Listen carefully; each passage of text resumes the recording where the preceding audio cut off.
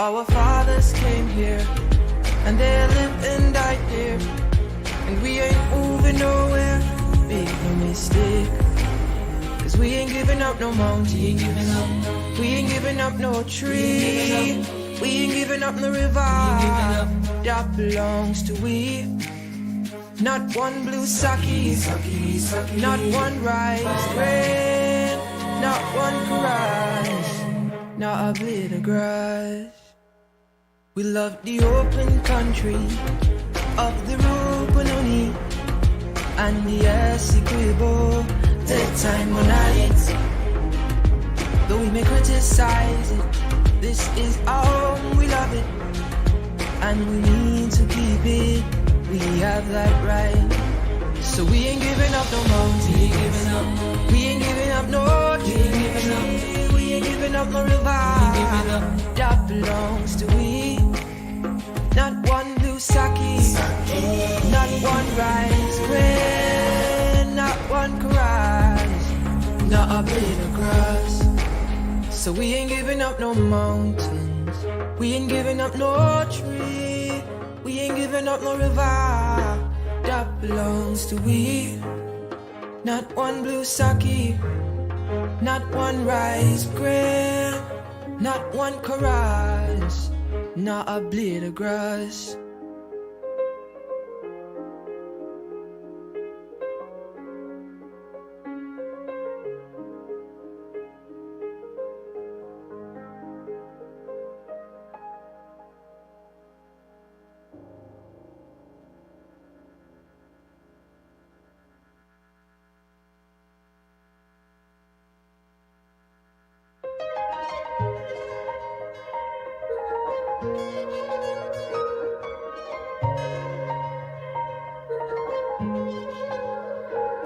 We are a peaceful people, struggle is we struggle, and we don't look for trouble, just ask around. But when outside faces from foreign places talk about taking over, we ain't backing down. We ain't giving up no mountains, we ain't giving up no tree, we ain't giving up no river, that belongs to we. Not one blue sake, not one rice grain, not one rice, not a blade of grass. This land is all I know, we gonna make it somehow. We will bend like a bow and never break. Our fathers came here, and they lived and died here, and we ain't moving nowhere, make no mistake.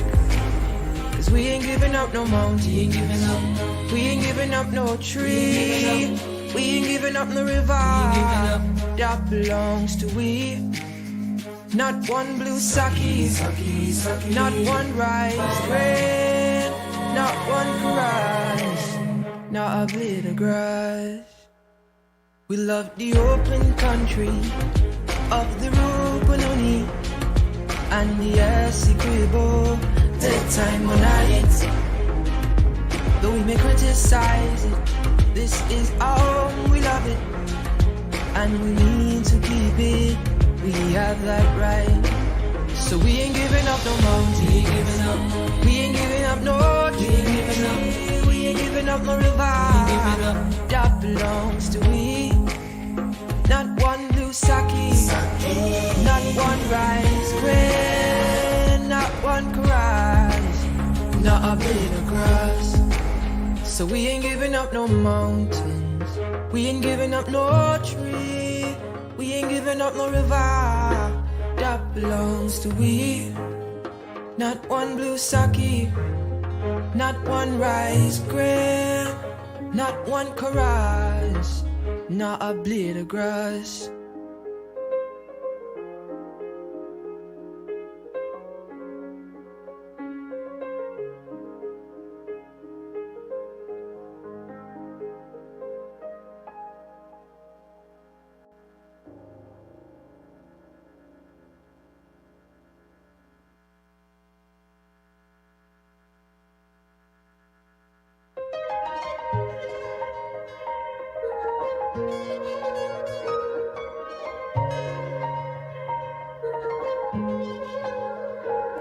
We are a peaceful people. Struggle is with struggle, and we don't look for trouble. Just ask around. But when outside faces from foreign places talk about taking over, we ain't backing down. We ain't giving up no mountains, we ain't giving up no tree, we ain't giving up no river that belongs to we. Not one blue sake, not one rice grain, not one courage, not a blade of grass. Thank you, honorable members. Please be seated. This land is all I know. We gonna make it somehow. Honorable members, I would like to report that during the break, we had the meeting to elect the leader of the opposition, and the honorable member, Mr. Aubrey Norton, was duly elected as leader of the opposition. I take this opportunity to extend greetings on your behalf and on my behalf to the honorable member on his election as leader of the opposition. Honorable member, you want to say a few words?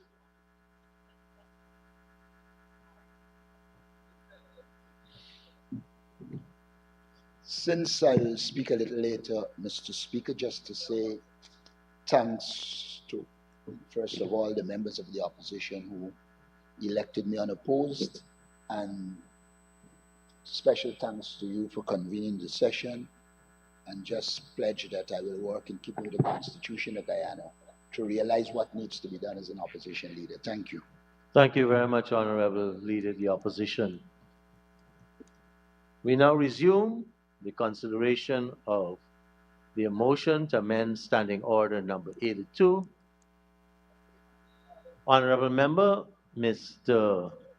Mahipot.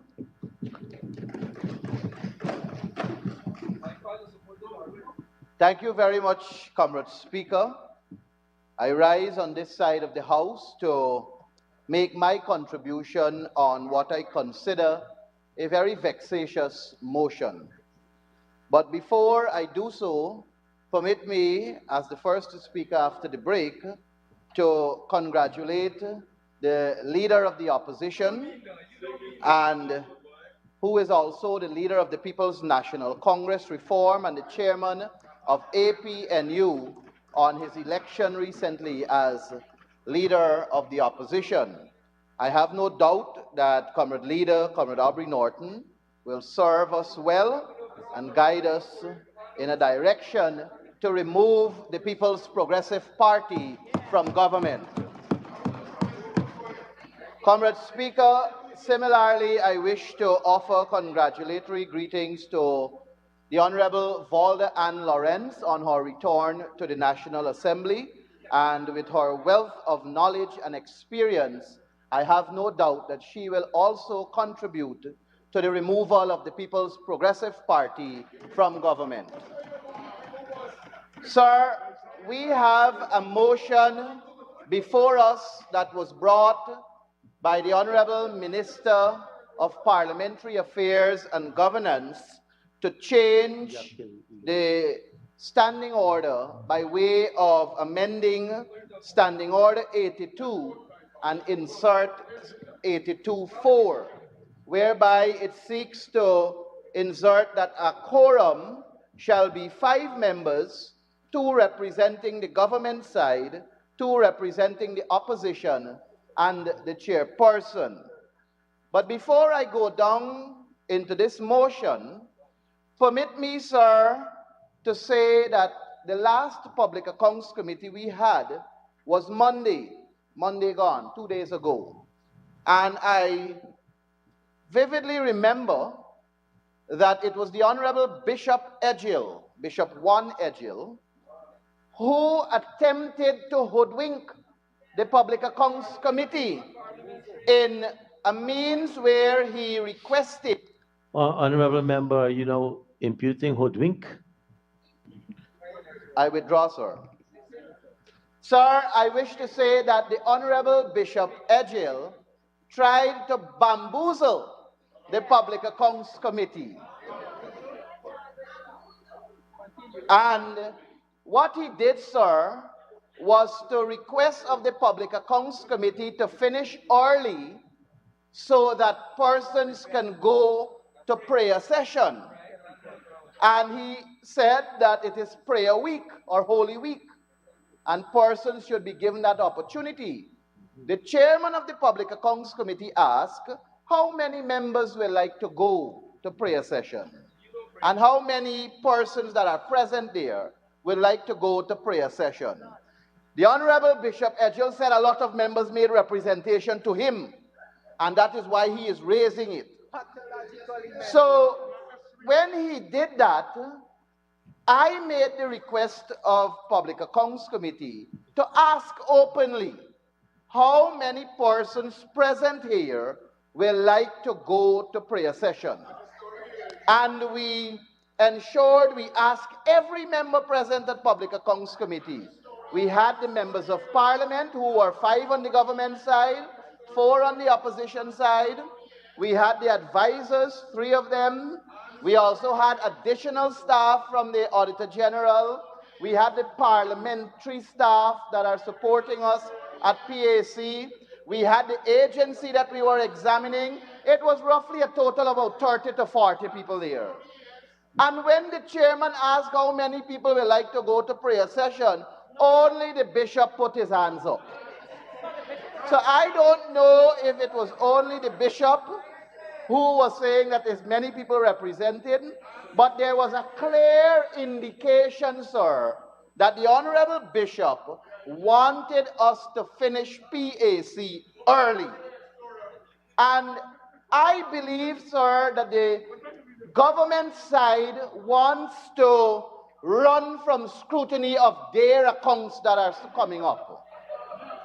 Comrade Speaker, we have the 2020 Auditor General report that is already laid in this National Assembly and is a public document. And that document is out for scrutiny. We also have, coming up by the 30th of September, the 2021 Auditor General report that will come out. Right now, we are examining the 2017 and 2018 Auditor General's report. And as we continue to work assiduously to get the work done, it is expected by probably year end or early next year, at the rate we are going, we should reach the 2020 Auditor General's report. And this seems to be what the government is running from.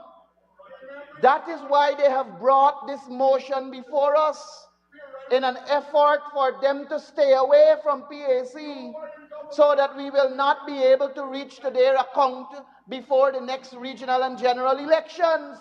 And they believe the people will not know what is it that they are doing with taxpayers' money.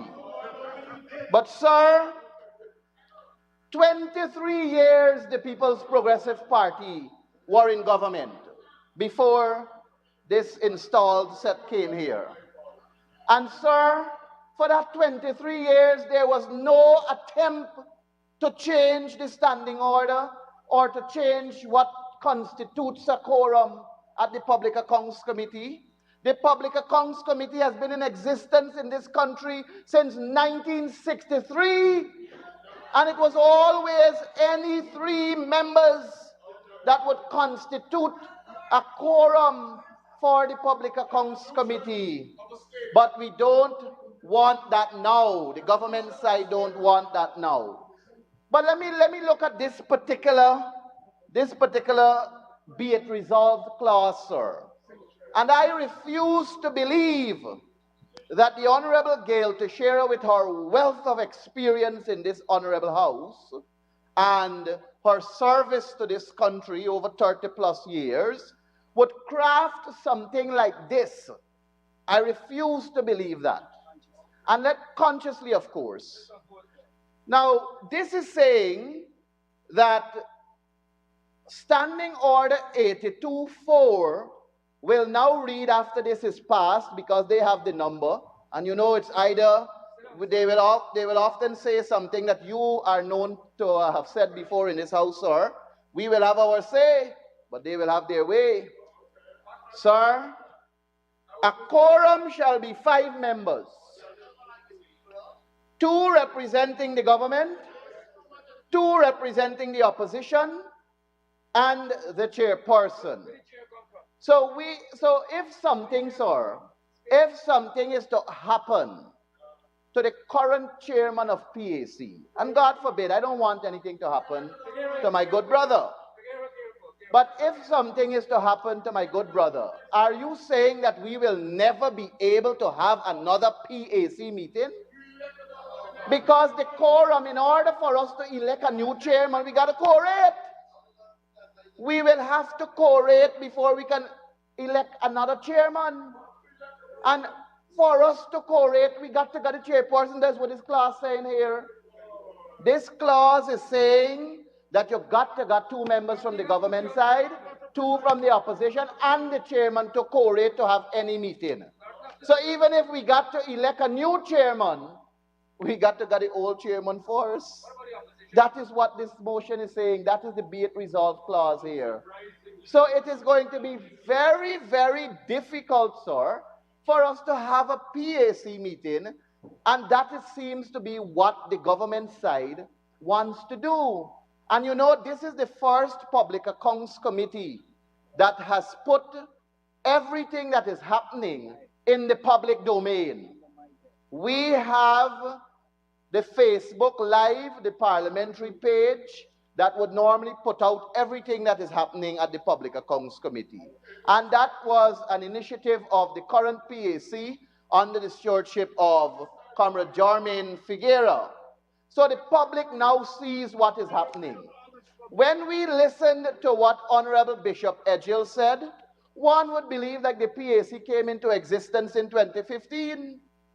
But I want him to remember, sir, that every time we are examining these reports, and now that we are at 2017 and 18, it is my good friend, Honorable Juretta Finance, who would go back and make reference to what has happened in 2010, 2011, 2012, 2013, and 2014. That is far way worse than what happened in 2015 to 2020. So don't let us be bamboozled by the bishop and his loud mouth. We know what has happened. These reports are public, and we have access to them. And the people of Guyana, I implore upon them to go to the Auditor General's website, download the Auditor General's report, and read what transpired during their tenure when they were in government before 2015. It is far way worse than what the Auditor General has in his report for 2015 to 2019. But sir, let me tell you what they're running from. What I have before me here is the Auditor General's report of 2020. This document is public. This document is public, and this is the Auditor General's report of 2020, sir. And sir, the findings of the Auditor General in 2020 would amaze you to know that we have our honorable friends on that side of the house standing up and talking about accountability and transparency, standing up and talking about what they will do right and what they will not do wrong, standing up in the PAC like the Honorable Bishop and telling us that this should not happen and that should not happen and the likes. So let me go straight to his ministry first. Let me go to the Ministry of Public Works first. This is paragraph 482 of the Auditor General's report 2020 under his watch as subject minister, sir. The sum of 53.683 million was allocated for payment of retention and rehabilitation of bridges at Essequibo, Sophia, Friendship, Georgetown, Annandale, and Vizslas. Amounts totaling 53.593 million were expended as summarized in the table below, and the table is there for understandably time was imposed on me, so I will go to para 483, sir. A contract was signed on the 23rd of December 2020 in the sum of 15.908 million for the reconstruction of Sussex and Hock Streets Bridge.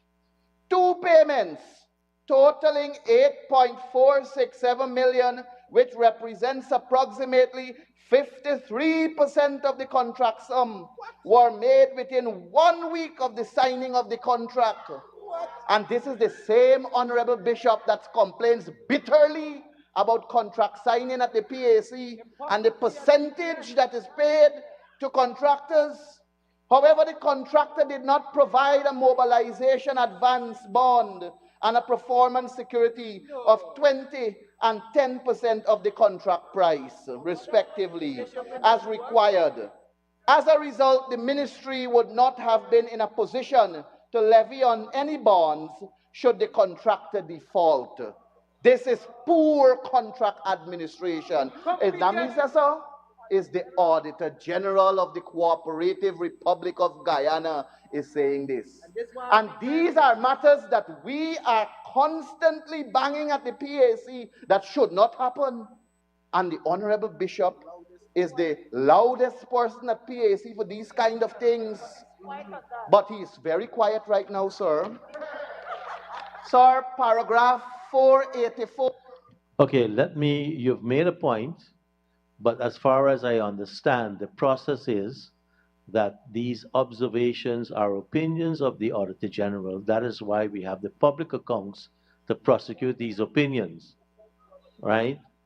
So, and then the other issue I didn't want to interrupt before, because I don't tend to like to interrupt speakers, but the issue of publicizing the proceedings of Parliament and the committees, which are open to public when they are, has been a decision of the Parliament, not any one person. So, while you give the chairman a lot of credit, you should also give the Parliament for having an open Parliament. Thank you. Thank you, sir. I think you are absolutely correct to guide me that I should give the Parliament some credit for making Parliament also public, and that is under your stewardship, of course. Sir, but the quoting from this document is a document that is public, and it is, I don't believe it's opinions of the Auditor General, but rather findings. When the Auditor Actually, General... check the first page. All Auditor says is in the opinion, right, in his opinion. Let's check it. Thank you, sir. That's standard accounting, auditing. Sir, I believe his opinion would be when he said this is poor contract administration. But his finding is causing him to give that opinion. So I am merely quoting what he found in his examination. So thank you for permitting me, sir, to go to paragraph 484 of the Auditor General's report of 2020 Ministry of Public Works. A contract was also signed on the 23rd of December 2020 in the sum of 15.991 million for the reconstruction of Enmore School Street Bridge. Two payments totaling 7.995 million, which represents approximately 50% of the contract sum, were made within 1 week of the signing of the contract. However, the contractor did not provide a mobilization advance bond and a performance security of 20 and 10% of the contract price, respectively, as required. As a result, the ministry would not be in a position to levy on any bonds should the contractor default. And in the Auditor General's opinion, this is poor contract administration. Sir, this is the Honorable Bishop that cries over and over about 2017 and 2018 report and say we give away contract and we pay this and we pay that.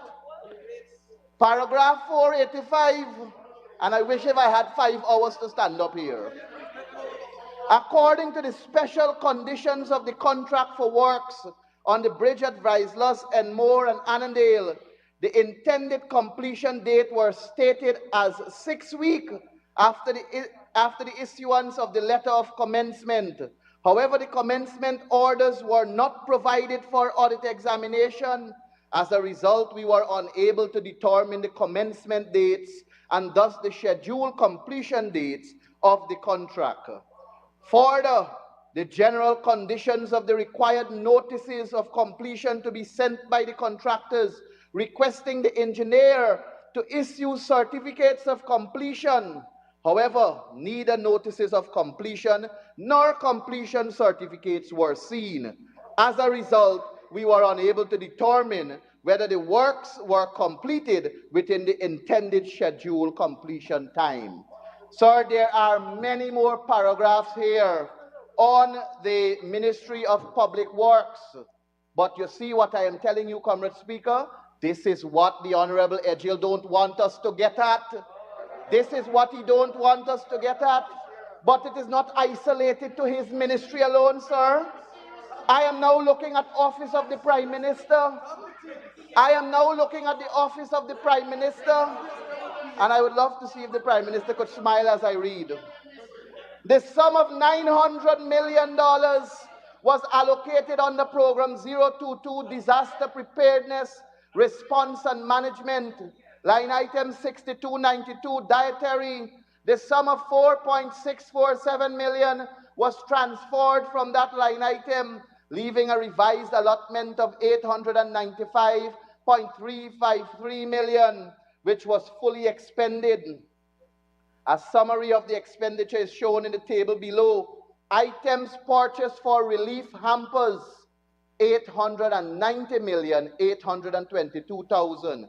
Miscellaneous, $4,531,000.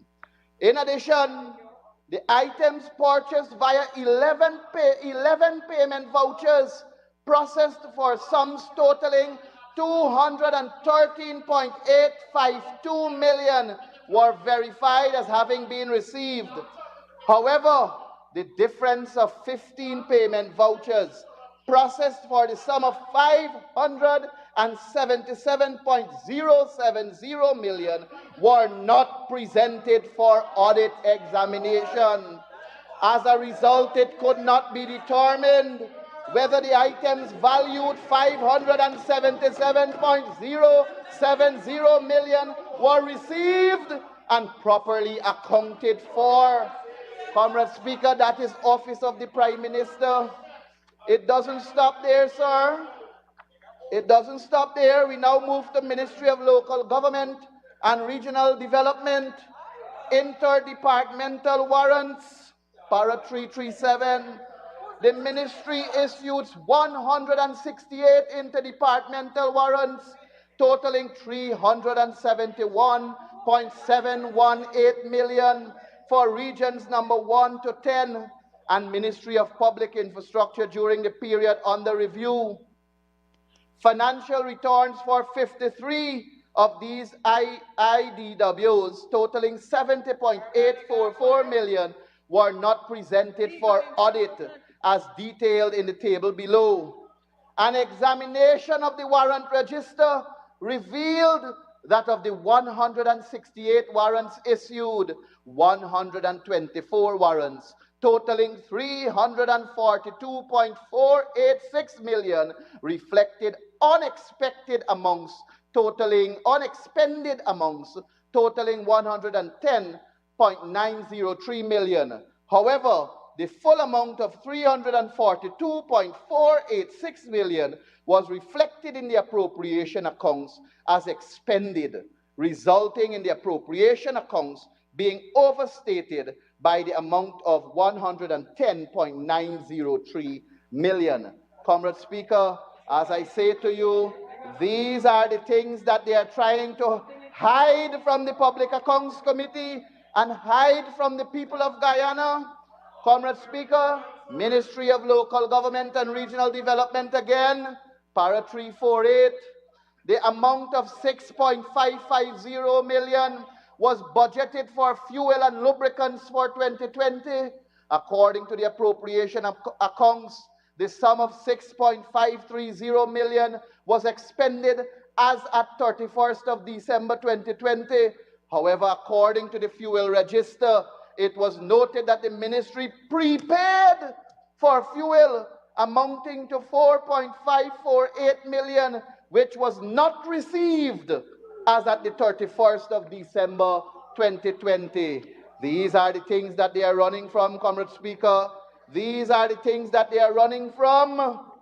Comrade Speaker, I turn your attention to the Ministry of Health.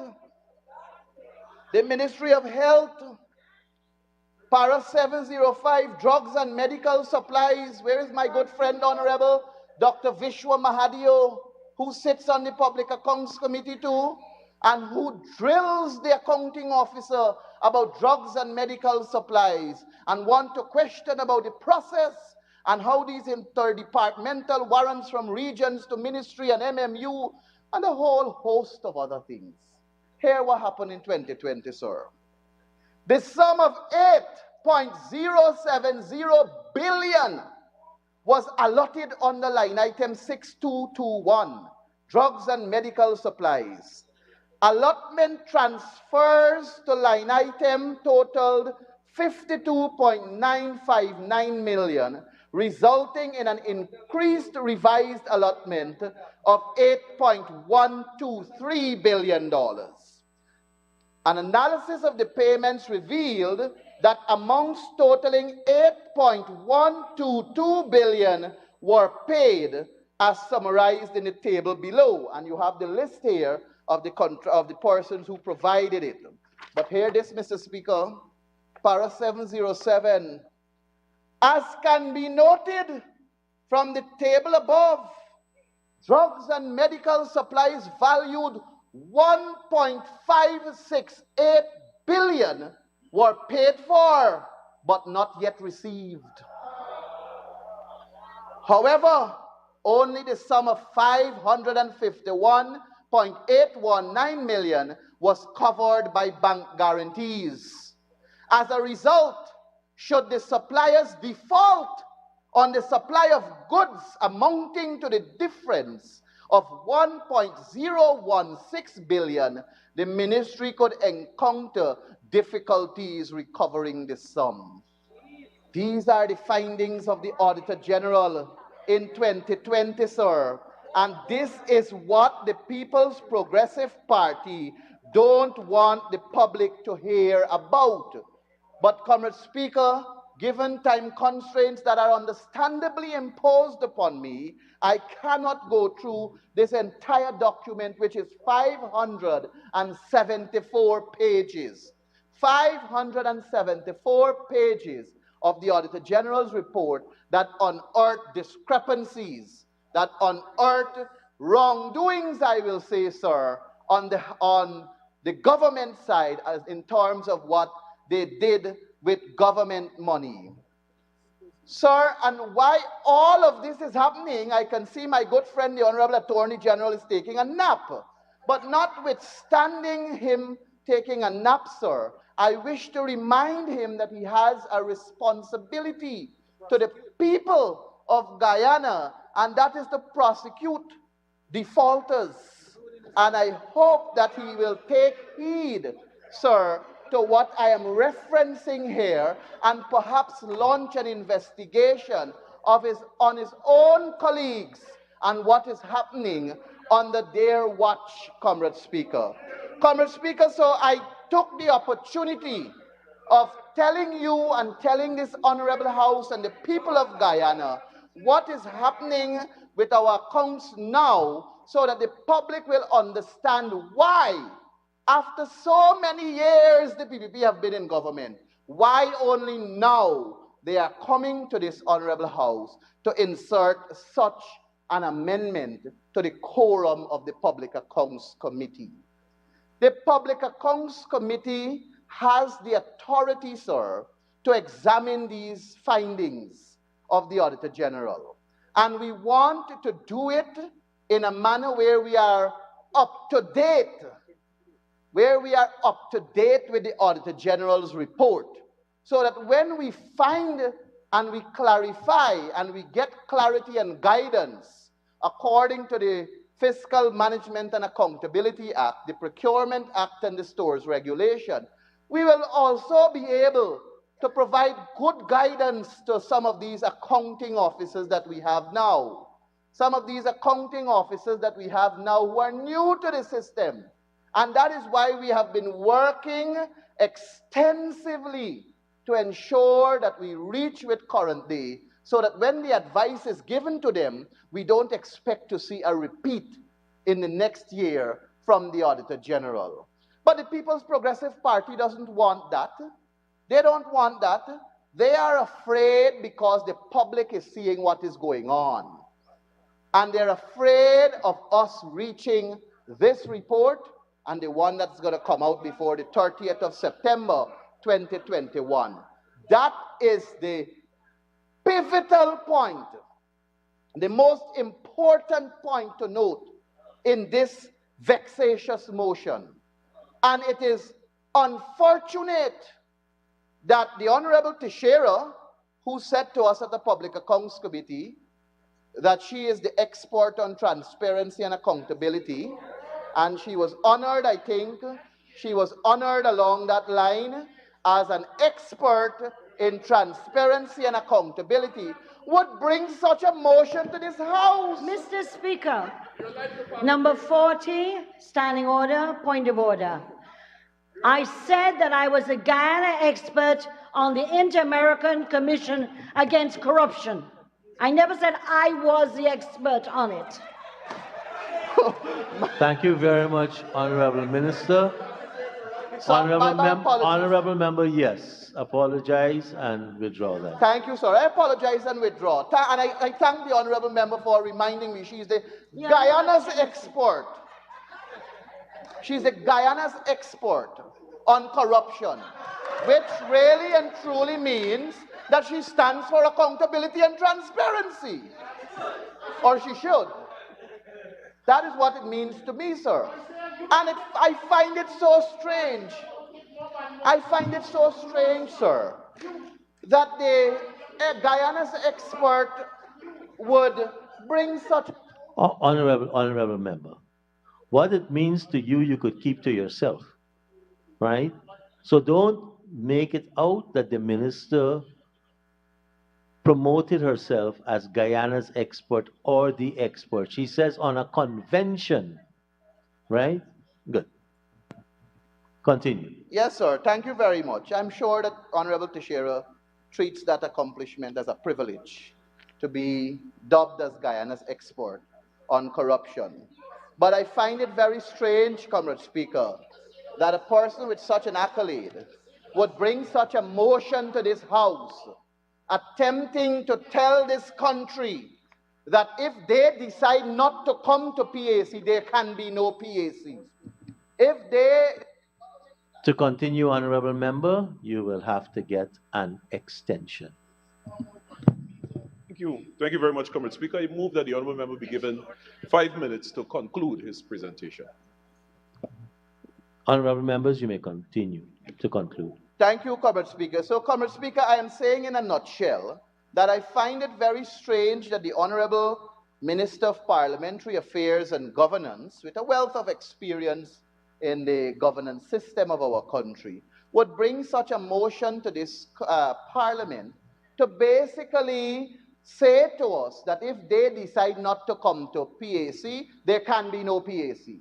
Is that what is the definition of democracy, sir? Is that what is the definition of democracy? The democracy in the PAC is for the opposition to be allowed to scrutinize government spending. The PAC has to have that authority to scrutinize government spending.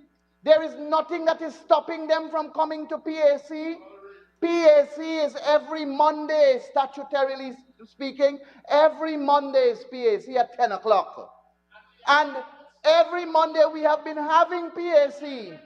There was one time when the motion was passed for us to have 2 sit-ins per week. What the Honorable Teixeira did was to bring a motion to amend that motion and return it to once a week. So we cannot as an opposition side, sir, make decisions without government having an input. And even if we make decisions 1 week without government's input, they're going to come in the full number the next week and overturn it with a motion from their side. Because they got 5 and we got 4. And it was done before. So this talking about scrutinizing in terms of both sides having an input, if the government wants to change any decision of the opposition, they can do it. They did it before. So this is a deliberate attempt to stop PAC, to slow down the work of PAC, to cause us not to reach to the 2020 report and the 2021 report. That is what this is about. And I am telling you, Comrade Speaker, since the formation of the PAC, we have had meetings every Monday, save and except for when we have budget or when there's a holiday or so. And I'm telling you, sir, that if this is passed in this House, I will mark my word here today, sir, that going forward, you will see a decrease in the meetings of the PAC. You will see a decrease. Because once Honorable Teixeira or Honorable Bishop cannot attend PAC, they will tell their other 3 members not to come, and we will have no... Honorable members, you're imputing a lot there. A lot. Very sensitive. So you want to withdraw that, please? I withdraw, sir, with your guidance, of course. Yeah. But, sir, it is my opinion, sir, that an act of that nature will occur where we will see a reduction in the amount of time the Public Accounts Committee meet, and it will lessen the work, slow down the process, and cause us not to reach the 2020 Auditor General's report and the 2021 Auditor General's report in a timely manner. And the sole purpose of us wanting to reach there, if I may reiterate, sir, is so that we can provide the guidance to these permanent secretaries and REOs that are new to the job. So with that, sir, I wish to emphatically say no to this motion. I cannot support it. I believe it is null and void and cannot hold water, and it is an act to basically take down the guardrails of democracy in this country. A sad day for Guyana. I thank you, sir. Thank you very much. Thank you very much, Honorable Member. Honorable Members, I will have to take a suspension until 6:35, and I'm asking if we can promptly be back so that we can have a quorum at that time.